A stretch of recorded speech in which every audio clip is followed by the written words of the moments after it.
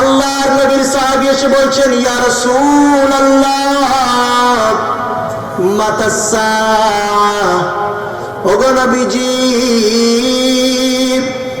কিয়ামত কখন সংগঠিত হবে?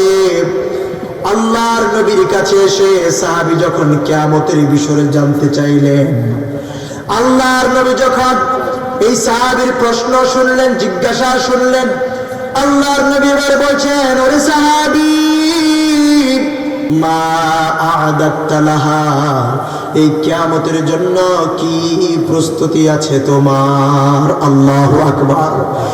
এবার আল্লাহর নবীর সাহাবী বলেন, ইয়া রাসূলুল্লাহ, ওগো নবীজি নামাজ, রোজা, হজ, যাকাত, নামাজের অঢেল সম্পদ সঞ্চয় আমার কাছে নাই, রোজার অঢেল সঞ্চয় আমার কাছে নাই, হজ, যাকাত, দান, সাদাকার সঞ্চয় সম্বল আমার কাছে নাই। তবে আমার কাছে একটা দামি সম্পদ আছে, যেই সম্পদের আশায়, যেই সম্বলের আশায় বুক বেঁধে বসে আছি। ইন্নী উহিব্বুল্লাহ ওয়া রাসূলাহ, আমি আমার আল্লাহকে ভালোবাসি এবং আমি আমার আল্লাহর রাসূলকে কলিজা উজাড় করে ভালোবাসি। আল্লাহু আকবার।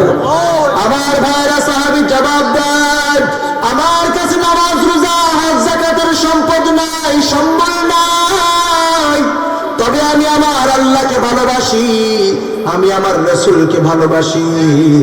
আল্লাহর নবী বললেন, সাহাবী রে, তোমার কিয়ামতের সম্মুখীন হওয়ার জন্য, নাজাতের জন্য এই আল্লাহ এবং রাসূলের ভালোবাসা নামক সম্পদ যথেষ্ট হয়ে যাবে। আল্লাহু আকবার। সে আল্লাহর ভালোবাসা, রাসূলের ভালোবাসা দরকার আছে না নাই? আল্লাহর ভালোবাসাটা হবে আল্লাহর গোলামির মাধ্যমে, আল্লাহর ভয়ের মাধ্যমে, আল্লাহর তাওহীদের স্বীকৃতির মাধ্যমে, ঠিক কিনা বলেন?